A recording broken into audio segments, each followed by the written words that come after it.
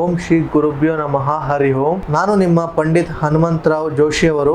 ವೀಕ್ಷಕರೇ, ನಾನು ನಿಮಗೆ ಜುಲೈ ತಿಂಗಳ ಕಟಕ ರಾಶಿಯವರ ಮಾಸ ಭವಿಷ್ಯ ಹೇಗಿದೆ ಎಂಬುದು ಈ ವಿಡಿಯೋದಲ್ಲಿ ನಾನು ನಿಮಗೆ ತಿಳಿಸಿಕೊಡ್ತಾ ಇದ್ದೀನಿ. ಈ ವಿಡಿಯೋನ ನೀವು ಲೈಕ್ ಮಾಡಿ, ಫಾಲೋ ಮಾಡಿ, ಶೇರ್ ಮಾಡಿ. ಉದ್ಯೋಗ ಕ್ಷೇತ್ರಗಳಲ್ಲಿ ನಿಮಗೆ ನಿಮ್ಮ ಪರಿಶ್ರಮಕ್ಕೆ ಉತ್ತಮ ಫಲದಾಯಕಗಳನ್ನು ಇರ್ತವೆ. ಹಿರಿಯ ಅಧಿಕಾರಿಗಳ ಗಮನವನ್ನು ಸೆಳೀತೀರಾ. ಸಂಬಳ ಹೆಚ್ಚಾಗುವಂತ ಯೋಗ ಫಲಗಳು ಇದಾವೆ. ಉದ್ಯೋಗ ಬದಲಾವಣೆ ಬಯಸುವಂತ ವ್ಯಕ್ತಿಗಳಿಗೆ ತಿಂಗಳ ಕೊನೆಯ ಭಾಗ ಬಹಳ ಅನುಕೂಲಗಳಿದಾವೆ. ಇನ್ನು ಆದಾಯ ವಿಚಾರಗಳಲ್ಲಿ ಹಣದ ಅರಿವು ಉತ್ತಮವಾಗಿದ್ರೂ ಕೂಡ ಖರ್ಚುಗಳ ನಿಯಂತ್ರಣ ಮಾಡಬೇಕು. ಭೂಮಿ, ಮನೆ, ವಾಹನಕ್ಕೆ ಸಂಬಂಧಿಸಿದ ಕಾರ್ಯಗಳು ನೀವು ಧಾರಾಳವಾಗಿ ಮುಂದುವರಿಸಬಹುದು. ಹಳೆಯ ಹೂಡಿಕೆಗಳಿಂದ ನಿಮಗೆ ಲಾಭ ಅನ್ನುವಂಥದ್ದು ಬಹಳ ಸಿಗ್ತದೆ. ದೊಡ್ಡ ಮೊತ್ತದ ಹಣಕಾಸುಗಳು ಈ ನಿರ್ಧಾರಗಳು ತೆಗೆದುಕೊಳ್ಳುವಂತಹ ಸಂದರ್ಭದಲ್ಲಿ ತುಂಬಾ ಎಚ್ಚರಿಕೆ ವಹಿಸಬೇಕು. ಇನ್ನು ವ್ಯಾಪಾರಸ್ಥರುಗಳಿಗೆ ಹೊಸ ಅವಕಾಶ ದೊರೆಯುತ್ತವೆ. ನಿಮ್ಮ ಕುಟುಂಬದ ಸದಸ್ಯರ ಸಹಕಾರದಿಂದ ವ್ಯಾಪಾರದಲ್ಲಿ ಬಹಳ ಪ್ರಗತಿ ಕಂಡು ಬರ್ತವೆ. ಆಹಾರ, ಕೃಷಿ, ಶಿಕ್ಷಣ ಕ್ಷೇತ್ರದಲ್ಲಿ ಯಾರು